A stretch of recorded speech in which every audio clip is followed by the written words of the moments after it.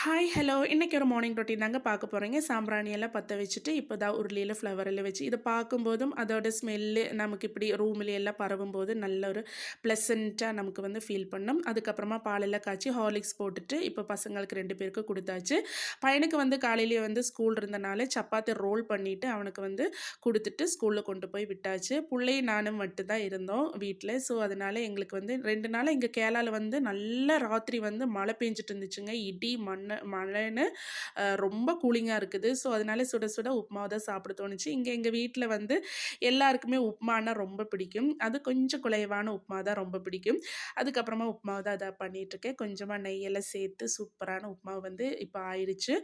இந்த மாரி உப்புமாவுல சாப்பிட்டு காலையில கொஞ்சம் ரிலாக்ஸ் பண்ணிட்டு, அப்புறமா நம்ம வேலை செய்யும்போது நல்ல ஒரு தெம்பா இருக்கும். உங்களுக்கு எல்லாருக்கும் என்னோட வீடியோவும் கேரளா ஃபுட்டும், ஹெல்த்தி ஃபுட்டும் பிடிச்சிருந்தா என்னோட சேனல சப்ஸ்கிரைப் பண்ணி வச்சுக்கோங்க. ஓகே, பாய். நெக்ஸ்ட் வீடியோல மீண்டும் சந்திக்கலாம்.